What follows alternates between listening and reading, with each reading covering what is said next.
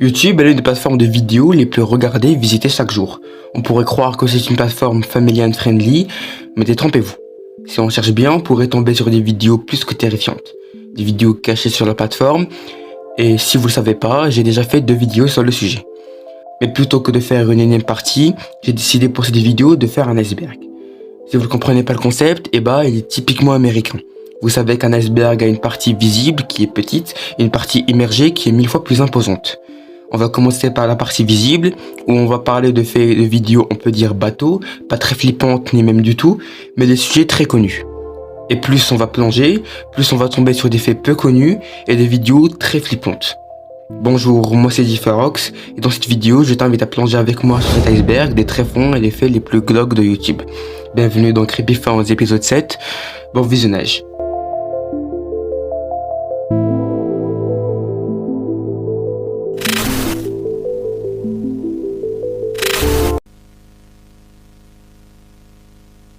The Hand Thing.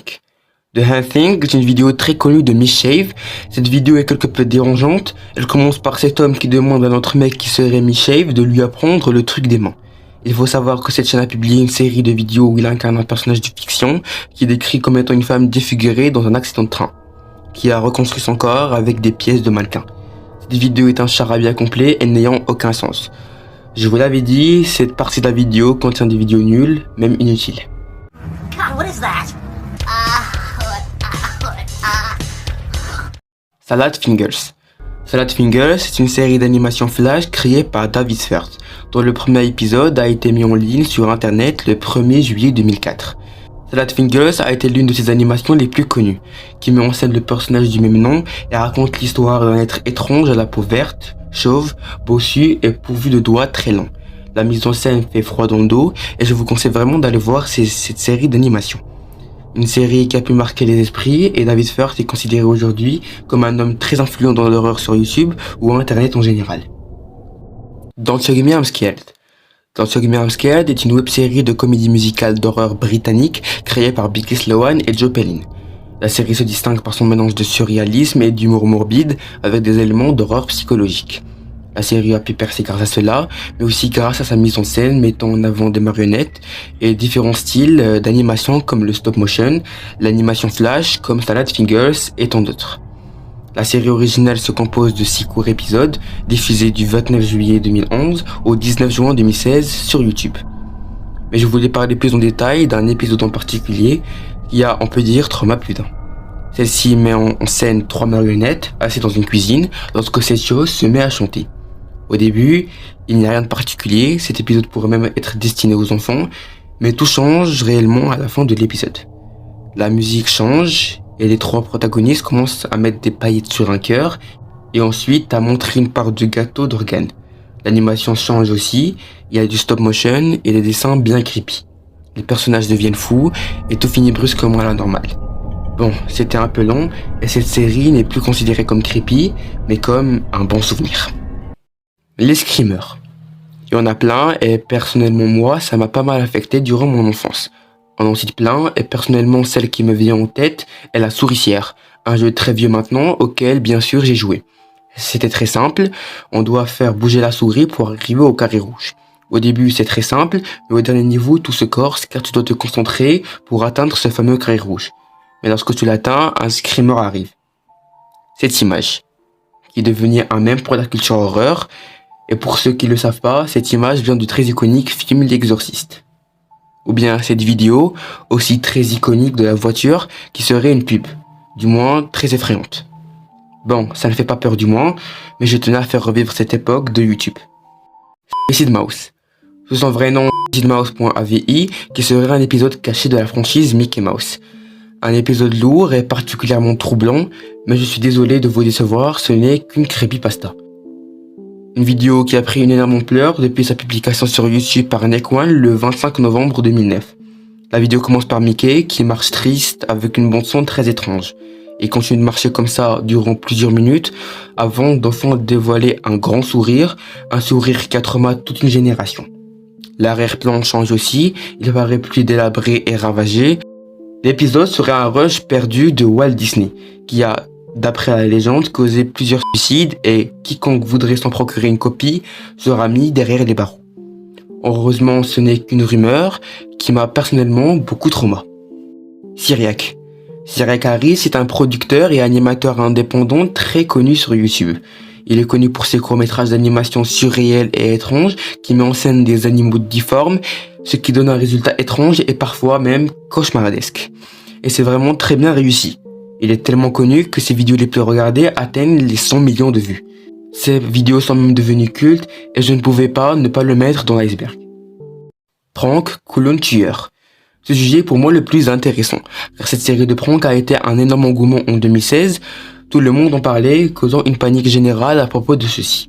Une chaîne qui a vraiment démocratisé tout ça, c'est la chaîne DM Pranks, qui a été énormément populaire grâce à ses pranks. Les clowns tueurs ne sont plus que des déguisements, mais des phénomènes de YouTube. Au point qu'en 2016, des personnes se sont déguisées en clowns dans des cimetières, des parcs publics, jusqu'à atteindre une énorme panique et des inquiétudes à propos de ces pranks. Une affaire a même beaucoup alerté la population, car en 2016, plusieurs photos de clowns tueurs sont apparues. Ce serait en fait un coup marketing pour promouvoir un court-métrage, mais pour les gens, c'était de vrais tueurs qu'ils voyaient.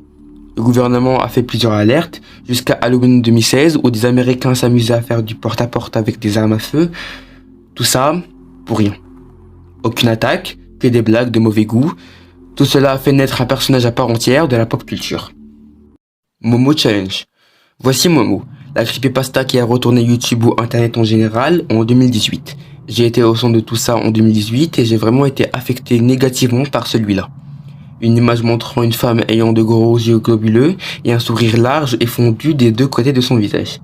Cette photo a beaucoup tourné sur Internet, puis on la nommera Momo, qui d'après la légende, car cela n'est qu'une légende urbaine, qui disait que si on la contactait sur WhatsApp, celle-ci commencera par t'envoyer des messages super bizarres, harcèlerait et envoierait des images gore en réponse.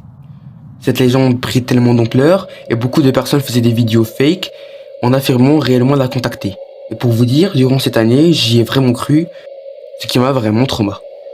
Tout prendra un énorme tournant quand ceci sera pris comme un challenge, causant une énorme panique morale quand la presse reportera des suicides avec l'inclusion de leur téléphone affichant des lignes de discussion avec ce fameux Momo. Mais la question que tout le monde se posait, d'où vient cette photo? Cette image est prise d'une sculpture de l'artiste japonais Keisuro Aizo, baptisée Mother Bird, mère oiseau. Un canular qui a alarmé tout internet, avec des soi-disant numéros de Momo qui étaient bien sûr fake, et une panique morale qui a traumatisé toute une génération. Happy True Friends, une série d'animation créée par Ken Navarro, Aubrey Akrum et Rod Montijo, diffusée en 2000 sur YouTube. Happy True Friends est notamment connue pour sa présentation. L'émission présente un univers et des personnages ressemblant à des animaux typiques des dessins animés pour enfants. Ils sont soudainement sujets à d'énormes violences explicites, telles que de la manipulation, de la décapitation ou même du suicide. La particularité est que les épisodes commencent par une entrée joyeuse et enfantine, jusqu'à ce que tout devienne un bain de sang complet. Du gore très graphique et très bien interprété, considéré comme de l'humour pour adultes. Malgré les nombreux messages d'avertissement, ça n'a pas empêché des centaines de personnes à visionner ces épisodes. C'est le cas pour moi, car YouTube mettait en avant cette émission, ce qui m'a permis de voir ces épisodes extrêmement jeunes. SCP. J'en ai parlé dans une ancienne vidéo que je vous invite fortement à voir. Mais cela n'est qu'un mythe inventé de toutes pièces par un groupe de gens, un peu comme les backrooms. Tout commence sur 4chan où un utilisateur poste cette photo, ce qui a permis à cette fondation de naître et de créer un des plus grands mythes de l'histoire d'Internet. Il existe même un forum présentant tous les employés, les étages et les SCP par classe. Cette fondation a longtemps été l'un des projets communautaires les plus incroyables qui n'ait jamais existé, et cela de par ces informations qui nous poussent à en savoir plus sur les SCP. Il existe aujourd'hui des milliers et des milliers de SCP très variés. Et si vous voulez en savoir en détail, n'hésitez pas à aller voir ma vidéo sur le sujet. Jeff the Killer.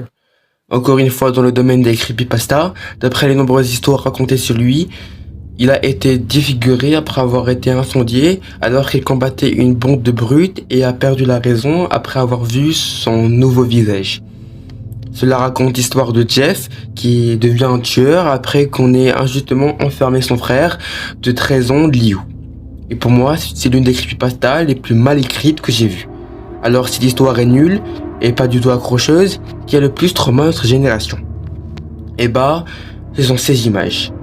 Il y a beaucoup d'images de Jade the Killer, en particulier une qui m'a beaucoup affecté. Et à ce jour, on n'a jamais su quelle était la personne qui se cachait derrière cette photo, ce qui le restera peut-être à jamais. L'histoire est très mauvaise, mais la creepypasta reste très connue et mythique à ce jour. Mario 64. Ce jeu sorti en 1997 n'a rien de creepy, car c'est un jeu Mario, un jeu qui doit être coloré, joyeux, animé. Bon, j'ai déjà dit ça dans ma dernière vidéo, Mario 64 n'a réellement aucun problème, à part un dont j'ai parlé dans ma vidéo. Le sentiment de vide. Chose qu'a particulièrement tous les premiers jeux 3D, comme Tomb Raider de 1996. Le sentiment te met majoritairement mal à l'aise, mais aussi parfois effrayé. Un sentiment qui explique par une atmosphère pesante que l'on ressent à travers les niveaux du jeu. Bon, ce n'est qu'un bonus pour conclure la première partie de l'iceberg, et là les sujets seront beaucoup plus angoissants. Plongez à présent avec moi sur la surface. AETBX. C'est une chaîne très étrange de 4 vidéos. La première se nomme d'une série de 0 et de 1, où vous voyez un homme déguisé en ancien médecin de la peste médiévale. Deuxième se nomme Two, contient un fond à carreaux verts avec une bande son très étrange et des messages cachés. La troisième se nomme Jack, c'est la seule qui a une miniature de chiffres de 0 et de 1. Il a été filmé en Pologne où on voit de la neige à plusieurs endroits abandonnés. La dernière se nomme point d'interrogation est très bizarre. Elle dure 1 minute où on voit un fichier s'ouvrir pour finalement découvrir un fond noir et une musique étrange. Il y aurait peut-être jamais de réponse à propos de cette chaîne AETBX, mais la seule chose qu'on peut conclure est que avec seulement 4 vidéos, AETBX a pu marquer les esprits. Kane Pixels.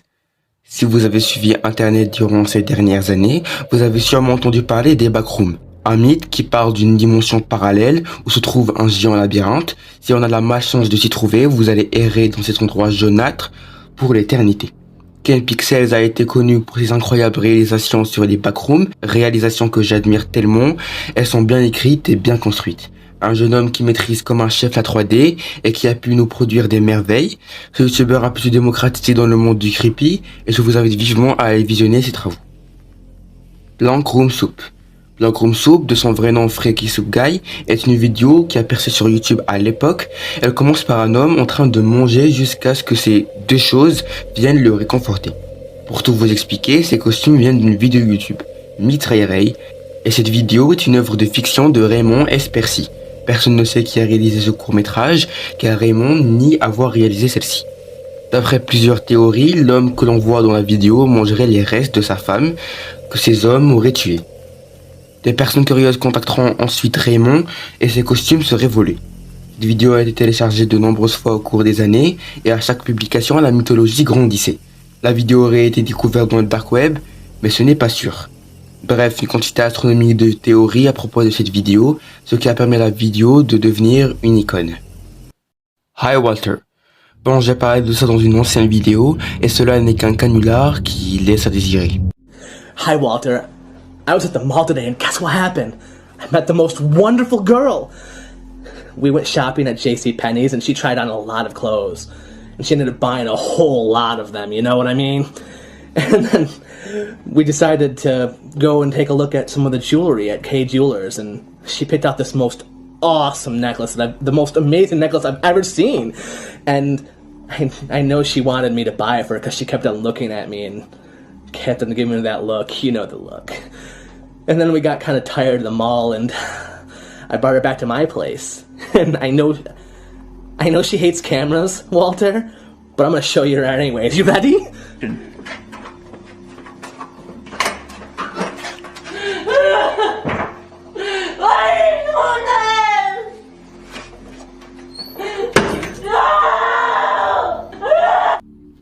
Classic Carrie. Cette vidéo n'est pas très flippante en soi, je l'ai trouvée récemment en cherchant sur YouTube et j'ai décidé de le mettre dans l'iceberg. Celle-ci n'est qu'une pub pour un masque soi-disant ultra réaliste et l'atmosphère générale de la pub est assez angoissante. La femme ne fait que s'asseoir en fixant l'endroit de la pièce, ce qui la rend très effrayante. Nana 825 763. Cette chaîne est là depuis 2006 et a publié classique sur classique, que des vidéos hyper démocratisées et flippantes d'internet. Deux vidéos sont restées en tête, la fameuse Cooking Idol que j'ai traitée dans une vidéo et The Name 666 qui est incroyable même aujourd'hui. Celle-ci présente l'ancien YouTube, elle présente une légende qui dit que si on ajoute 666 dans l'URL de la page et qu'on rafraîchit encore et encore la page du web, on pourrait tomber sur une face cachée de YouTube. La page devient de plus en plus saturée, nous montrant un YouTube post-apocalyptique présentant des vidéos gore en tout genre et majoritairement effrayantes. Cette chaîne est maintenant décrite comme un phénomène d'internet et si vous êtes admiratif aux ambiances glauques comme moi, ça va vous plaire. Elephant Man. Bon, écoutez, c'est vraiment très court, mais je tenais à faire part de cette découverte. Cette vidéo n'est pas facilement trouvable à l'aide du moteur de recherche, mais fut un temps, elle était dans toutes les recommandations. Et elle m'a mis vraiment mal. Elle nous montre Rang Shankai, un chinois atteint d'une maladie, un cas des plus extrêmes de neurofibromatose de l'histoire. On remarque une formation de larges tumeurs sur son visage, le rendant très effrayant et irreconnaissable. Plusieurs opérations ont été faites pour enlever ces tumeurs, mais à ce jour, Rang Shankai souffre de sa maladie. C'est triste quand on y pense, mais cela a terrifié beaucoup de monde à cause d'un énorme bug d'algorithme où plusieurs personnes se sont vues recommander cette vidéo. Smile.jpg. Ceci est l'une des creepypastas les plus célèbres de l'histoire. Ceci vient d'une image qui aurait apparu en 2008, qui nous montre ce chien avec un sourire étrange. Ceux qui fixeraient longtemps cette image deviendraient complètement fous, certains développeraient même une obsession pour l'image qui le mènerait au suicide. Il y a plusieurs variantes de la photo, comme celle-ci, mais l'histoire reste la même. Et honnêtement, j'adore cette creepypasta, elle était vraiment efficace pour l'époque, elle a terrifié énormément de gens, et cela l'est encore aujourd'hui. Dora la Matadora, qui peut se traduire par Dora la tueuse, est une vidéo YouTube qui a été postée en 2009. Elle dure 35 secondes et maintenant que je la regarde, c'est pas ouf. C'est simple, au début on voit un stickman conduire une voiture, puis tomber d'une falaise. La voiture est détruite, mais il survit. Dora sort des bois, avec ce visage. Je dois flouter car c'est un petit peu gore. Dora lui fait coucou, puis lui tire des lasers de ses yeux pour le buter. Bon, pour moi, c'est vraiment nul. Je l'ai personnellement pas vu en étant petit. Cette vidéo est l'une des plusieurs qui fait partie de détournements négatifs de produits culturels pour enfants. Et personnellement, c'est le plus dark. R. Deep into YouTube. Deep into YouTube, c'est le nom d'un subreddit qui a été très influent dans la connaissance des vidéos les plus glauques de YouTube. Ce sub regroupe une grande partie de gens qui montrent leurs trouvailles qui n'ont jamais été vues. Ces vidéos partagées sont des vidéos drôles, des gags ou bien des mèmes. Il y a aussi des vidéos extrêmement choquantes.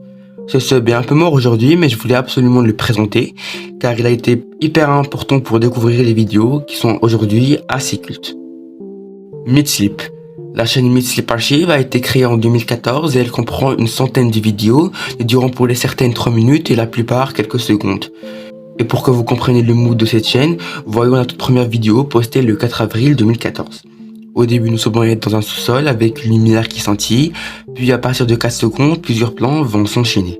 Après une série de vidéos plus ou moins dérangeantes, on va réussir je ne sais comment à conclure que le propriétaire se situait au Canada. Jusqu'à la publication de plusieurs autres vidéos qui seraient produites au Japon. Donc les détenteurs de la chaîne, vous voyagerez beaucoup. Le plus étrange dans cette chaîne est que dans ces vidéos, il s'amuse à stalker les gens, les filmer à leur insu, pour finalement que ça soit qu'une fiction. Et le plus fou, c'est qu'elle serait créée par 11 personnes différentes habitant dans plusieurs pays. Le plus flippant n'a pas été cette chaîne, non. Des psychopathes se sont amusés à reproduire ce qu'ils ont vu dans la chaîne Midsleep, ce qui a entraîné des plaintes, donc les vidéos ont été pratiquement toutes supprimées. Let me hear your war cry, qui peut se traduire par laisse-moi écouter ton cri de guerre. Cette vidéo est sur YouTube depuis 13 ans et elle est aussi simple que dérangeante.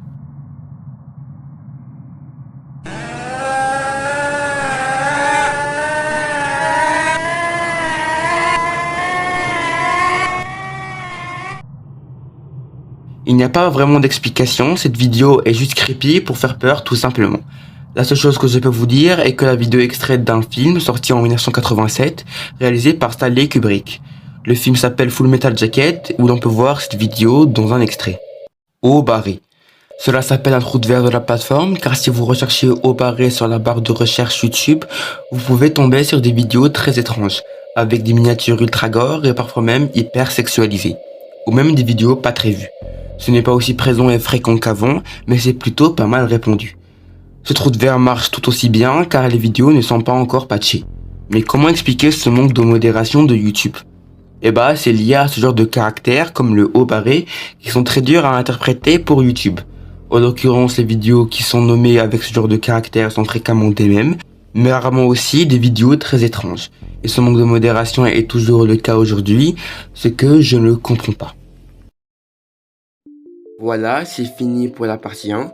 La deuxième et dernière partie devrait sortir dans 1 ou 3 semaines environ. J'espère que cette première partie vous aura plu et on se retrouve pour la deuxième partie. Et merci d'avoir regardé.